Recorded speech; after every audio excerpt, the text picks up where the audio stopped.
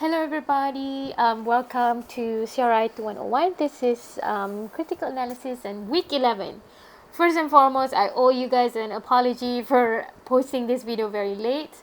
But in my defense, I just want to finish with the meeting that we had yesterday so that I can know what are the things that are coming out in your test, and then what are we going to test you guys on so that I can have a much clearer understanding on your assignments and stuff. So today we're going to cover a topic that will be tested in your test 2, which is on fallacies. Okay, so make sure that you listen very carefully, and at the end of this lesson you guys can brag to some of your friends, because it's going to get very philosophy, very technical as well. So please hold on to this. If you feel that it could be quite a lot for you guys, you can go and pause this video and go and have your coffee or do whatever you want so that you can come back here and then join this journey with me. Okay, so let's move on. How are you guys doing? I hope that you guys are doing fine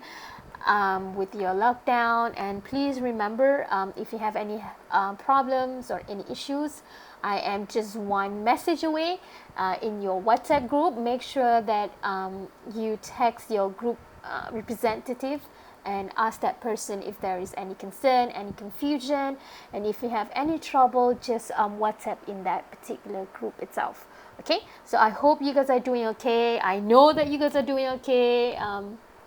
But we're just going to continue with our lesson and also our semester. Let's take a look. If you can see from this table here, a lot of your assignments or your assessments are done.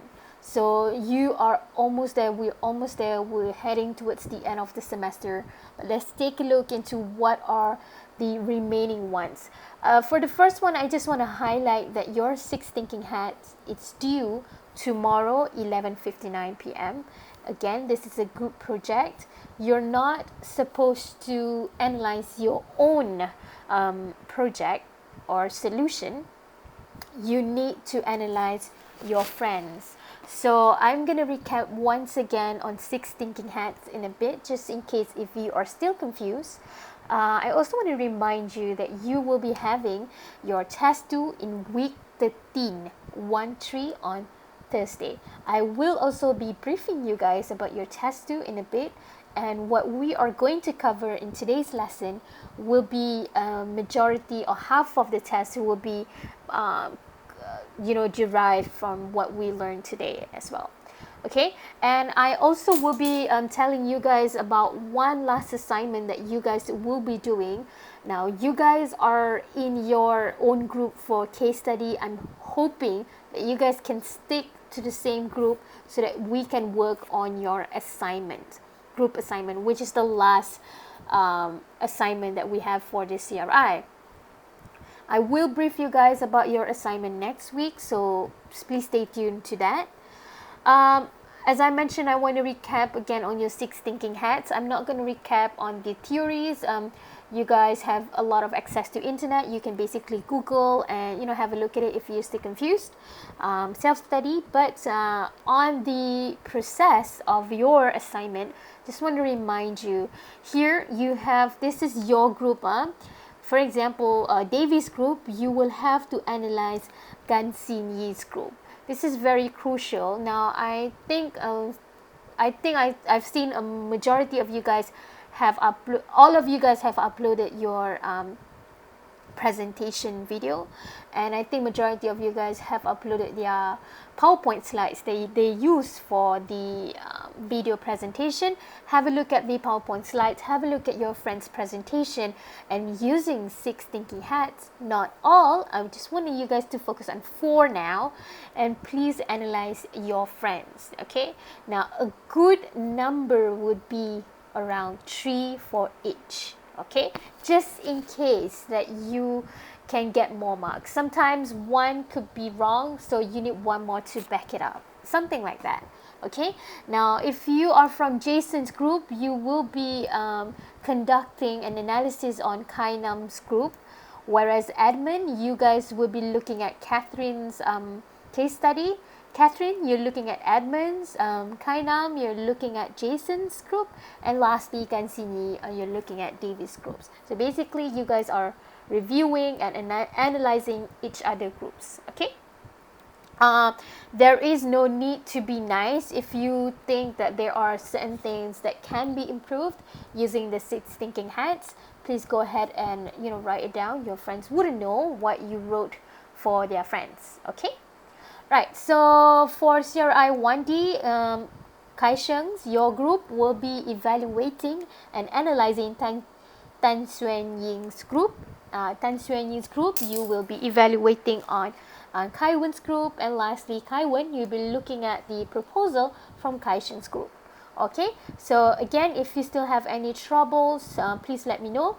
Please remember to make sure that when you write your any kind of comments or anything, please make sure that it's in full sentences and also we can understand it. Sometimes one point could have more than one sentence simply because you want people to understand what you mean. Now when I have marked your half of your SWOT analysis, and I can see the trouble that you guys have is that you use fragment, which is incomplete sentences. It seems that you guys are very lazy. So please, if one point you want to elaborate more than one sentence, please go ahead so that people can understand you. And remember, it's not me alone who will be evaluating your assignment. We have 2 more lectures. Altogether, 3 of the lectures will be evaluating just so that we can have the consistency of marks for everyone. Okay, so please make sure that when you give us your point of view in 6 thinking hats, it's very clear and evident so that we can understand you. If you feel like you need to write 3, 4, 5 sentences, go ahead and do it so that we can understand what you mean. There is no word limit in this thing, and I can see the problem in the SWOT analysis. Okay, now I want to talk about and I want to brief about your test 2, which is on 10%. It's an open book test. By all means that you can refer to external sources. You can have your book in front of you. You can open a new tab and have a look at the slides, have a look at the online, everything else. So it's very easy. It's 20 questions only. It's a short answer.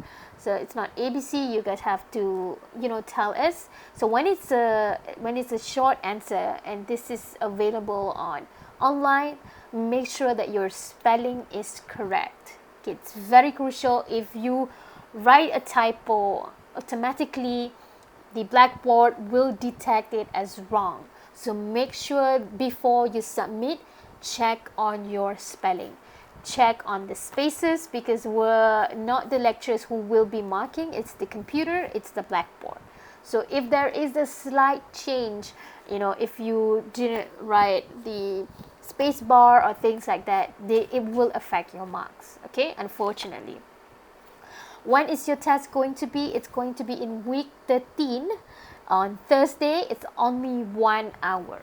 I will give you a separate announcement on this on the exact time, because I need to make sure that everybody has the internet connection and available during that time. So please remember, if you do not have a stable internet connection, please let me know. Please email me in advance before Wednesday next week so that I can arrange something else for you. Okay, so please reach out to me if you are not available, if you could not take the test next week. It's going to be simultaneous. Everyone who's taking CRI will have to answer this test. Okay, right, moving forward, what we're gonna learn, I'm just gonna open this lesson with a quote from, so you can guess it. Who do you think would say something like this? Arguments like people are pretenders. So this is a quote by Plato. So Plato is a very, very famous philosopher. So you can basically brag to your friends, you know philosophy, because to be honest, a lot of your a lot of what you guys are learning in this course are basically quite a lot of philosophy behind it, but it's very fundamental, very basic philosophy. So it's very, very crucial for you to evaluate your judgment, and it all can be traced back to the father of philosophy, Aristotle, and also Plato. So what does it mean by this quote here? Arguments like people are often pretenders. So when we have a look at this quote, it means that in each argument, very likely that you can find a few fallacies or faults, So we're going to learn about fallacies in a bit. Okay, before we start, I always come back and relate to what you have understood throughout this course. And we're going to start with a major revision on what we've learned before. And this is just about you, yourself, and how much you have learned and how much you have progressed in this course. And I want you to pause this video and answer these 4 questions. This is very, very easy, very, very straightforward. And the reason why I always go back to roots, always go back to what we've talked before, it's because this is also one of the things that contribute to fallacy. When you can understand argument, you can understand what makes a bad argument. And fallacies are basically bad arguments. We're going to talk about it. Now pause this video, answer these 4 questions. Okay?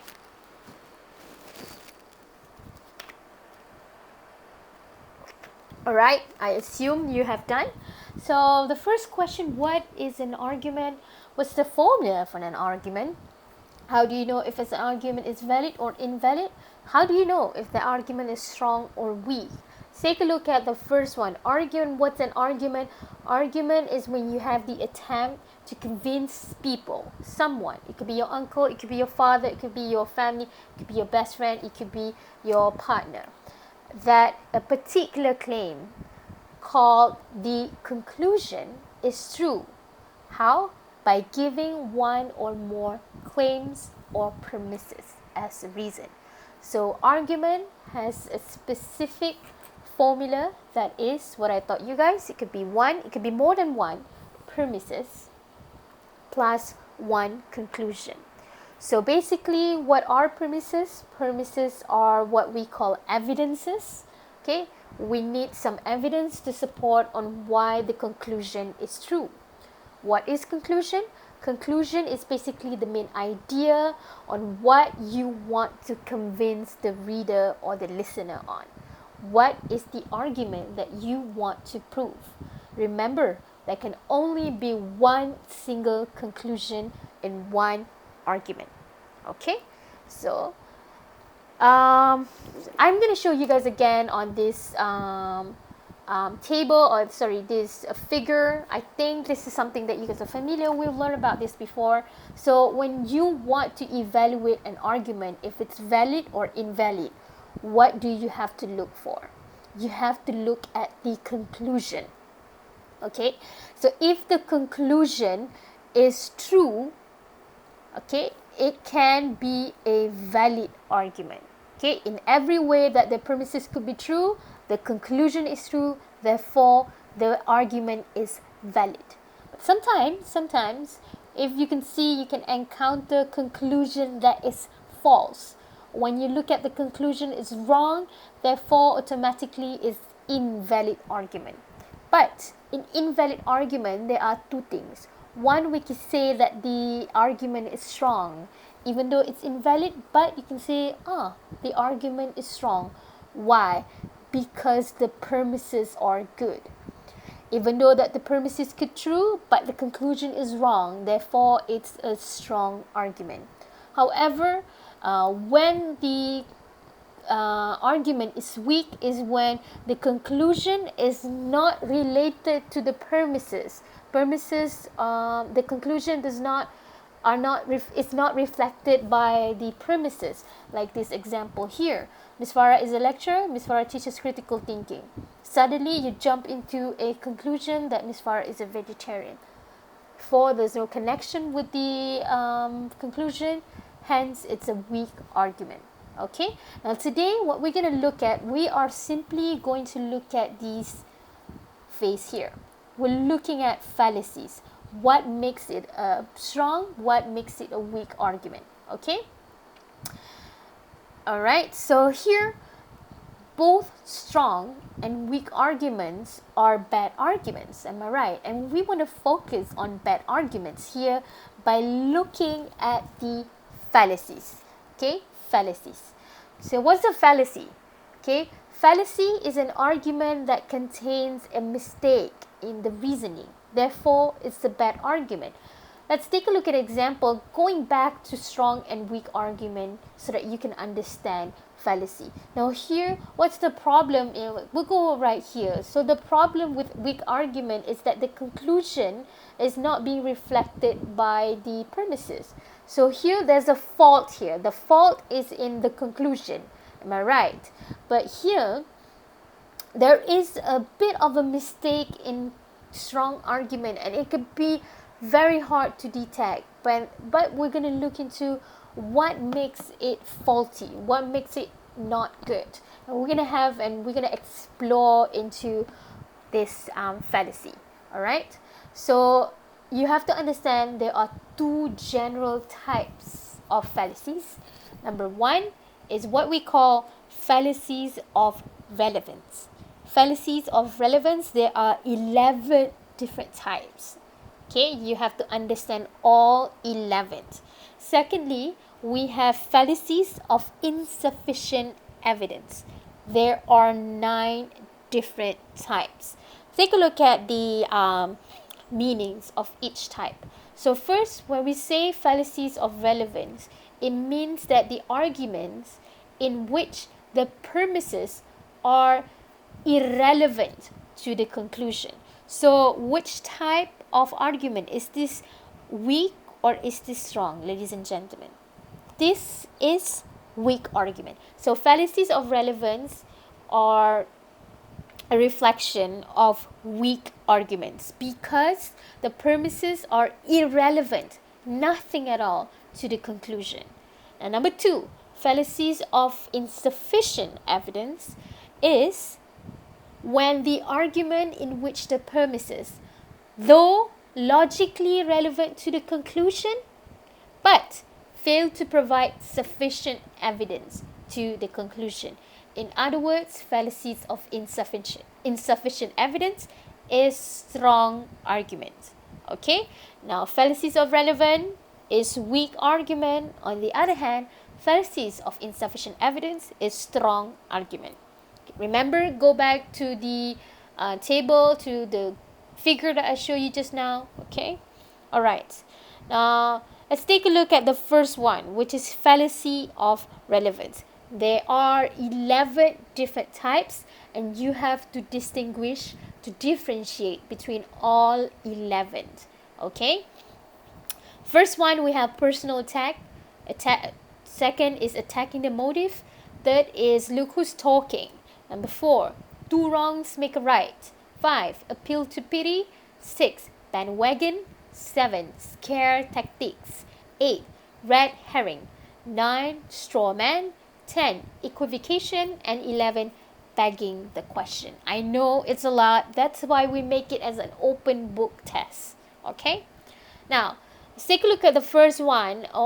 It's personal attack, or what we call ad hominem, which is a Latin word. Okay? What does it mean by personal attack?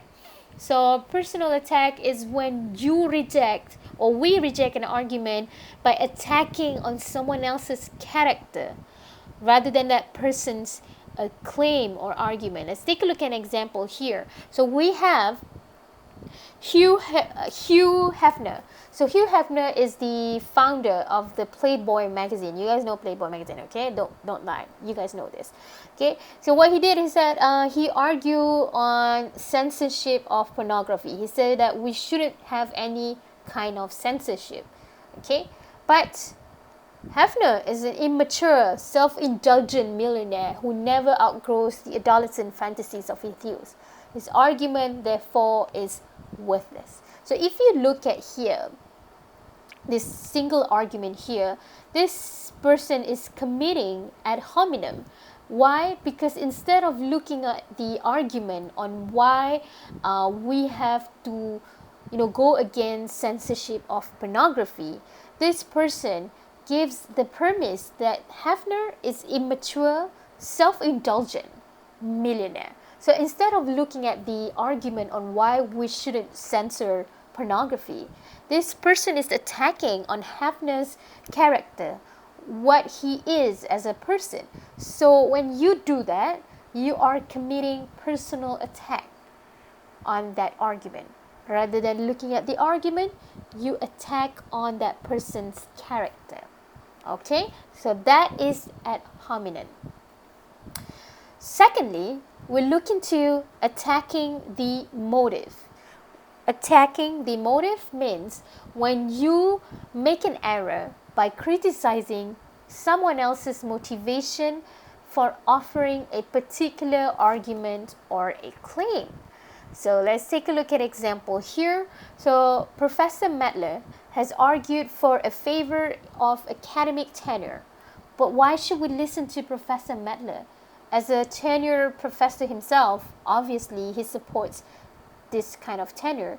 So because that argument comes from somebody who has maybe to you a certain motive, you want to reject the argument.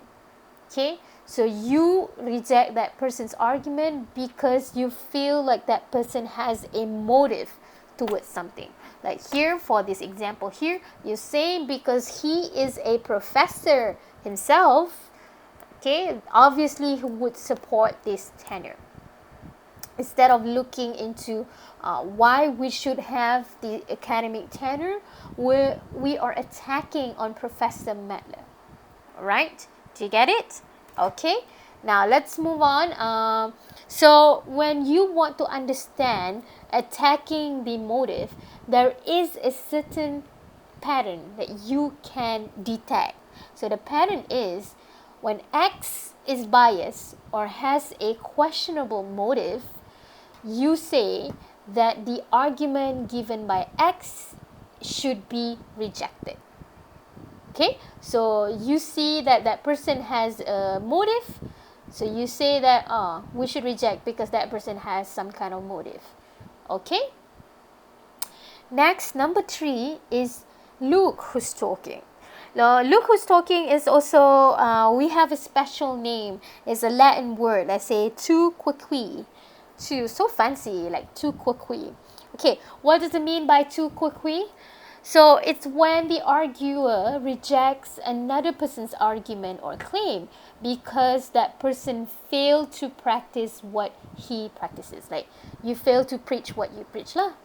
It's very famous. I think it's a lot in Black Eyed Peas songs. A lot of people referring. For example, a doctor say, "Hey, you should quit smoking," but the patient say, "Look who's talking. I'll quit when you do, Mrs. Smokestack."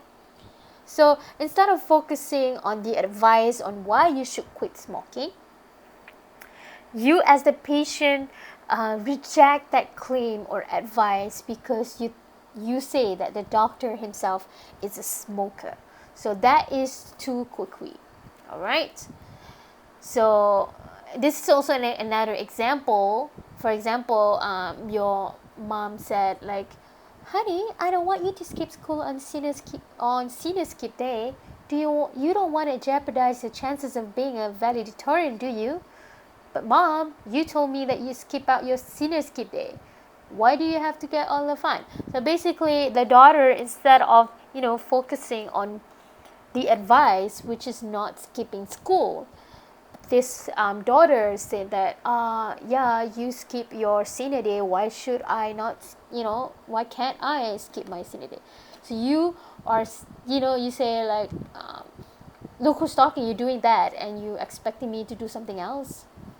So basically, the pattern is that if X failed to follow his or her own advice, therefore, X claim or argument should be rejected. Again, these are all fallacies. You shouldn't do this. Okay? Instead of looking at what or who that person is, you should look at what is the advice. Okay? So that is a fallacy. Tu quoque. Next is two wrongs make a right. Two wrongs can make a right. Right, so what does it mean? It's an attempt to justify a wrongful act by claiming that some other act is just as bad. For example, here, I don't feel guilty about cheating on Dr. Boyer's test. Half of the class cheats on his test. So you are saying because other people are doing it, so it's not wrong as well. This is also very, very familiar among siblings. So you can say, Bart, stop pitching your sister. Well, she hit me first. So you're saying that because she did it, someone else did it, so it's okay to do it. Okay, so that is a faulty argument. It's a fallacy. Two wrongs make a right. Fifth one is scare tactics. So scare tactics is when an arguer threatens to harm the reader or listener if he or she doesn't accept the arguer's conclusion. Now, if you see scare tactic is mostly coming from authority who has the power. So, for example, diplomat to diplomat say, I'm sure you agree on the rightful ruler of San Marcos Island. It will be regrettable, It would be regrettable if we have to send an armed forces to demonstrate what we say is right. So you say that you want to harm that person if that person doesn't accept the arguer's conclusion. It's basically like blackmailing here. Alright? That is scare tactics. Another example would be if you come home late one more time, your allowance will be cut. So whenever your parents, say this to you, say, Mom, you're committing a scare tactics. Okay, that is a fallacy. That's a bad argument, Mom. Alright. Now let's move on to the sixth one, which is appeal to pity. This one itself has a very unique Latin word that is ad misericordiam. Let me attempt to say it. Ad misericordiam. Ad misericordiam. Alright. What does it mean? It's when you offer an argument and you want to use a pity to appeal to that argument. So this is usually happen when people argue for special treatment on the basics for their needs. That was my Siri talking. It's a bit scary. So an example for this is that when a student tell you, I know I miss half of your classes and fail on my exam, but I really had a tough semester. First, my pet boa constrictor died. Then my girlfriend told me that she was a change operation, or maybe this girlfriend is Sajjad. With all I went through this semester, I don't think I deserved an F. Do you have any chance to, cut me some slack and change my grade to C or a D?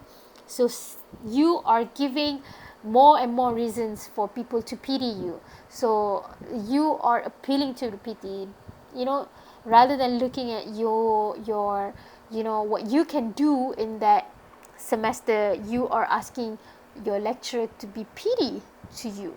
So that is ad misericordiam. So this is also another example. I admit that my son Billy can run, pass, kick, catch, block, or tackle, but he deserves to make it to the football team. If he doesn't make it to the team, he's going to be an emotional wreck and he might even drop out of school. So you are giving more and more reasons people to pity your son Billy.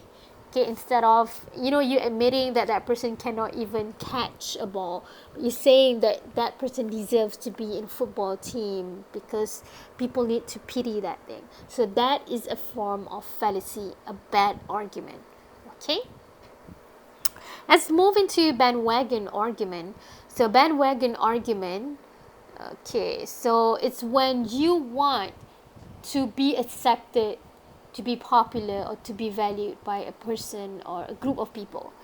Alright, so for example, all the cool kids at the East Jefferson High smoke cigarette, therefore you should smoke too. That is bandwagon. So let's take a look at this is something that a lot of people say. You're pretty today, miss. You're pretty every day. Please give us a trauma. That is bandwagon argument, okay?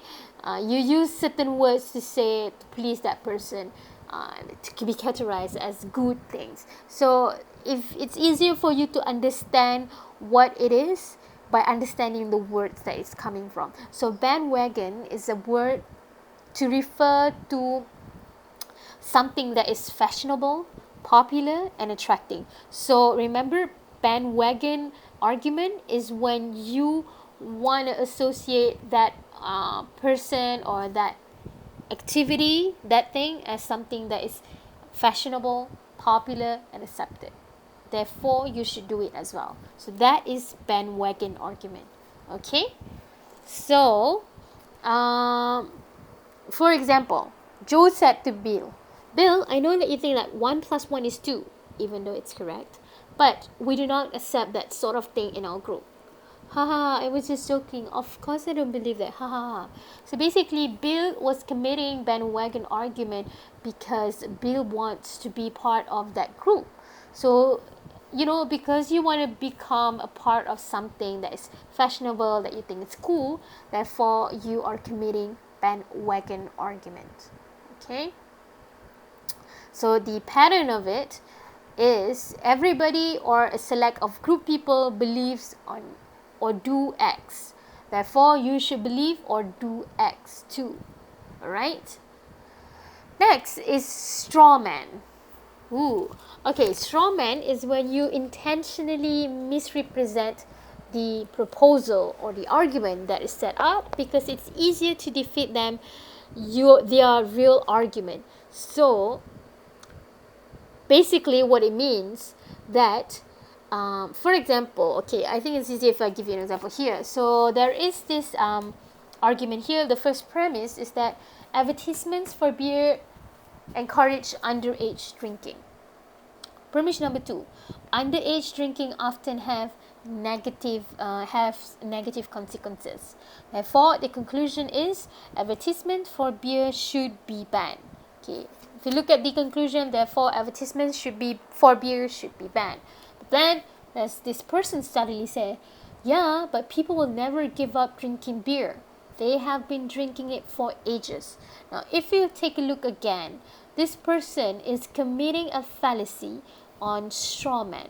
What it basically does, if you look at the conclusion here, it does not say that beer should be banned. It says advertisement for beer should be banned. So basically, strawman is when you intentionally give another kind of like argument or proposition to defeat someone else's argument. So very often it's exaggerating, it's misrepresenting, or definitely fabricating something that is not even what the person is arguing. So here, the argument is that the advertisement for beer should be banned, but another person said people will never give up drinking beer. They have been doing it for ages. Instead of focusing on the conclusion, which is what that person should be looking at, that person is distracting people with another kind of preposition, which is people will never give up on beer. But you have to remember that it's not what the argument is about. Therefore, strawman is the logical. Let's have a look at the logical pattern here. So here you see that X view is false and unjustified, or unfairly characterized or represent. Therefore, X view should be rejected. Okay, so because X's view is unjustified, unfairly characterized, therefore X view should be rejected. Okay, that is strawman. Okay, now we move into the 9th category of weak argument or fallacy of relevance, which is red herring. So what's a red herring? So red herring is when you want to sidetrack the audience by raising an irrelevant issue and claim that that original issue has been effectively settled. So let's take a look at a very obvious example here. See, this is coming from maybe like a politician or something. Critics have accused my administration of doing too little to save the family farm. These critics forget that I grew up on a farm. I know what it's like to get up in the crack of dawn to milk the cow. I know what it's like to work in the field all day in the blazing sun. Family farms are what make this country great, and those who criticize my farm policies simply do not know what they're talking about. So instead of focusing on giving premises on what this politician has done to save a family farm, this politician is distracting people by giving an irrelevant issue, claiming that the original issue has been settled. So I want to give you guys a context when it comes to red herring. So red herring is actually a type of fish, and it's a very, very smelly one. So whenever I want to memorize or I want to understand what red herring means, is that I look into the history on why there is this phase of red herring. So red herring is a fish. It's very smelly. It is said that in the past there was this I'm not sure, that there was this prisoner who tried to escape from a group of police, and that person used red herring, the fish, that smelly fish, to be in the water, and then use the smelly fish to distract the dogs, the police dogs. So the police could not smell that prisoner and could not detect where the prisoner is because the prisoner used red herring. So basically, when you associate red herring, you associate with the word distract. So instead of focusing on what the claim is about, you give another irrelevant issue to distract your argument. Okay, so that is red herring. So let's see an example here. Another example, say many people criticize Thomas Jefferson for being an owner of slaves, but Thomas Jefferson was one of the greatest presidents, and his Declaration of Independence is one of the most eloquent pleas for freedom and democracy ever written. Clearly, these criticisms are unwarranted. So here, instead of giving more premises on why Thomas Jefferson is not an owner of slaves, but they distract it by giving some irrelevant premises like, oh, he's one of our greatest presidents, so you cannot say that because you are committing the fallacy of red herring. All right. Next is equivocation, which is also a word derived by the word equivocate. So equivocation is when you use a very ambiguous. Ambiguous can have more than one meaning, to conceal the truth or committing oneself. Okay, so let's take a look at an example here. A feather is light. So light here can have two meanings. Number one, it's light as is the opposite of dark. One more, light is like very opposite of heavy. Yeah, so light cannot be dark, therefore a feather cannot be dark. So you are taking the advantage of light having more than one meaning, ambiguous, therefore you're twisting the argument. Got it? That is equivocation. Right, the last part, which is begging the question. So what's it mean by begging the question is when you try to restate the conclusion that is slightly in different words. For example, A because of B, B because of A. Example here, bungee jumping is dangerous because it's unsafe. So dangerous and unsafe, it's basically the same thing. Okay, so using different word, synonym with the same meanings to restate the conclusion. That is an example of a fallacy for begging the questions.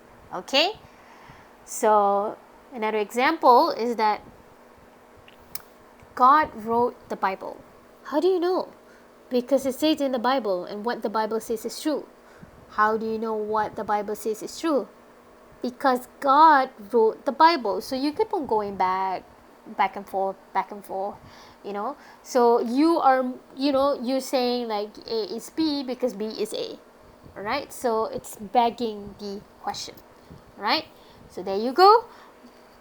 There are 11 different types of fallacies for relevance. Fallacy for relevance means when you have an argument which the premises are irrelevant to your conclusion.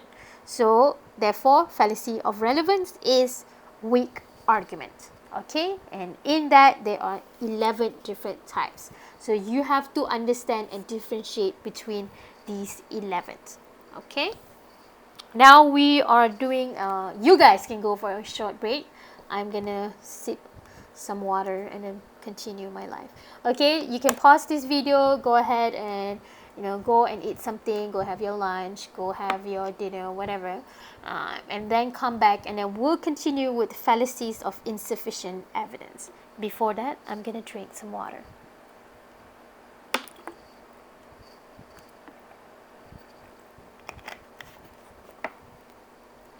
Okay, so just now we talked about fallacy of relevance, which is something that can be associated with a weak argument. Now we're looking at the other one, which is fallacies of insufficient evidence. So fallacies of insufficient evidence is basically a strong argument because the premises are logical to the conclusion, but the problem is that they don't have enough evidence to support the conclusion. Now let's take a look. There are 9 different types of fallacies in insufficient evidence. So we have inappropriate appeal to authority, we have appeal to ignorance, we have false alternatives, we have loaded questions, we have questionable cause, we have hasty generalization, we have slippery slope, we have weak analogy, and inconsistency. First, let's take a look at inappropriate appeal to authority. So inappropriate appeal to authority is when the source is not genuine authority on the subject of an issue. By all means, the argument is being stated by not an expert. Therefore, it makes you question the argument. For example, a boxing champ is selling facial mask. Would you buy that mask? So when the source is or it's not an expert or it's not a genuine authority on the subject, you tend to, argue, or you tend to think about the validity of that person. So when a source is biased or has some other reasons to lie or mislead. So as I mentioned, when the source is coming from a different authority or questionable authority, people would again question on the accuracy of the source. Okay, so when, for example, when you want to adapt it in a real life situation, when the source is being cited, for example, a reference or internet source or even Facebook, status or something, it sometimes becomes generally unreliable because it could be anybody who's writing it. Okay.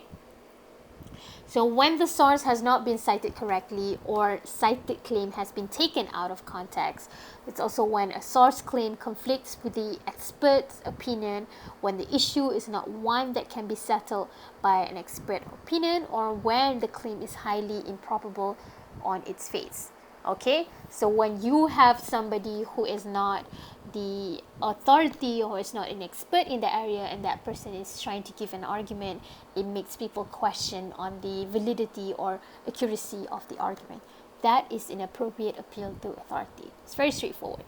Now the second one is appeal to ignorance. What does it mean by appeal to ignorance? It's when arguer threats a lack of evidence or reason to think that a claim is true or false. It means that an arguer asserts that a claim must be true since no one has proven to be false or vice versa.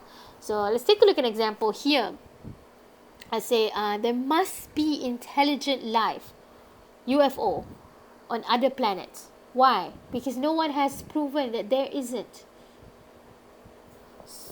Another example, no one has proven that global warming is occurring. Therefore, we must conclude that it's not occurring.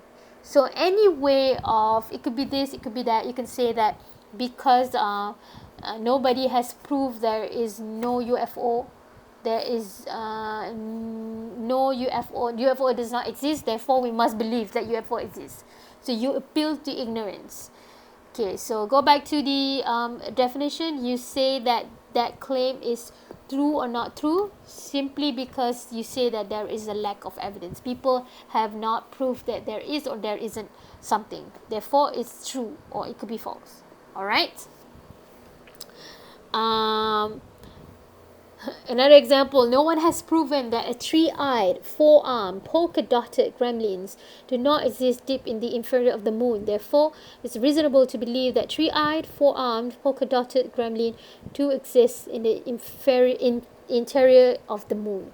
So because somebody else hasn't even, proved that this creature doesn't exist, therefore we have to believe that it exists. Okay? Third one is false alternatives. So false alternative is when the arguer poses a false either or choice. Let's take a look at the example. Look, the choice is simple. It's either you support a pure free market economy or you support a communist police state. Surely you don't support a communist police state. Therefore, you should support a pure free market economy. So you pose a false or either a choice, right?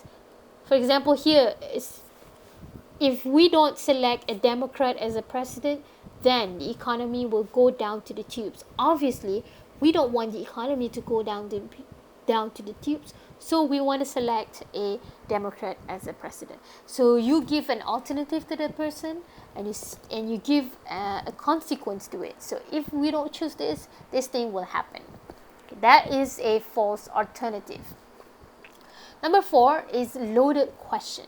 So what are loaded questions? Loaded questions are when the questions contain an unfair or questionable assumption. Have you told your mom that you're gay? Have you stopped beating your wife or your girlfriend? So here, loaded question is when you use a certain issue, sensitive issue, to that person, which is very unfair on the questionable assumption. So you say, maybe that person is gay, maybe that person is not gay. So you ask that person, like, have you told your mom that you're gay? So that person is committing a loaded question as a fallacy. Okay, so you don't have enough evidence to say this, but you use a question to convey your argument. All right. Number 5 is questionable cause. So questionable cause, there are 3 different types. First one is post-hoc fallacy. Second is mere correlation. And the third one is oversimplified cause. So let's take a look at the first one first. We have post-hoc fallacy. Post-hoc fallacy is when you assume without enough evidence that one event A happened before B, therefore A is the cause of B. Okay. So example here is that, how do I know if that ginseng tea is a cure for a common cold?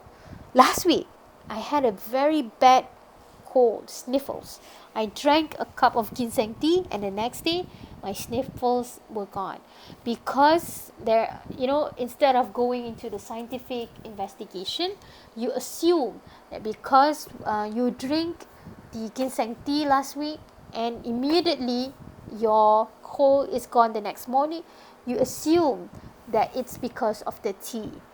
Okay, that is post hoc fallacy. The second type of questionable cause is the mere correlation fallacy, when you assume without enough evidence that A and B happen together to be occurring together, you assume that A must be the cause of B or vice versa. For example, here, on a Monday, I stay up partying, had eggs for breakfast, and failed my calculus test. Wednesday, I stay up all night partying, had eggs for breakfast, and failed my biology test. On Thursday, I stay up all night partying, had eggs for breakfast, and failed my history test. Obviously, to do better on tests, I must stop eating eggs for breakfast. So this person assume because there is, eggs is always, you always eat eggs on your day of your test, you assume that eggs is bad for your tests, but you fail to see that you also went out partying as well on the night before of your test. So because eggs is occurring together with your test on the same day, you assume that A must be the cause, or eggs must be the cause for you to fail your test. Alright, lastly, last for questionable cause. Okay, don't go back yet. Okay, stay. Right, so last for questionable cause is oversimplified cause fallacy. So that is when an arguer assumes without enough evidence that A is the only cause for B, when in fact there are lots of causes of B. So here you can say that violence has declined steadily in recent years. Obviously, tougher imprisonment policies are working. So you are saying that because the violent crime has declined because there is a tough imprisonment policies. It could be that maybe people have enough food. Okay, that's why people don't do crimes anymore. Maybe the economy is so stable that crime is not an option. Therefore, there could be other, causes of decreasing violent crimes. Don't just say it's only one. Maybe tougher imprisonment policies is also one of the contributing cause. But sometimes it could be more than that. Okay, so that is an example of questionable cause under oversimplified cause of fallacy. Right, moving on to the sixth one is hasty generalization. So hasty generalization is when you make a statement that overgeneralizes to certain things. For example, my father smoked 4 packs of cigarettes a day since 14. Now he lives until 69 years old. Therefore, smoking can't really be bad for you. So you are overgeneralizing a case from your father to case to everybody who is smoking, and you give the advice that smoking can't really be that bad for you. Just because some people survive, maybe that immunity, maybe there is something about the DNA of that person that helps that person to survive, even though that person smoked 4 packs of cigarette per day, and you overgeneralize the quality of it to anybody else. Another example is very often that you would find in advertisements. So 4 out of 5 dentists recommend Happy Glossy Smiley toothpaste brand. Therefore, it must be great. Just because 4 out of 5 dentists recommended this type of brand, you want to overgeneralize to the whole population in the world. That's wrong. That is hasty generalization. Okay, so an example, you can read it yourself. Number 7, we have slippery slope. Slippery slope. What's a slippery slope? Is when you want to argue a claim without enough evidence that there is a bigger problem or bigger outcome to it. For example, so in recent letter to editors, Stella argued that we should legalize same-sex marriage.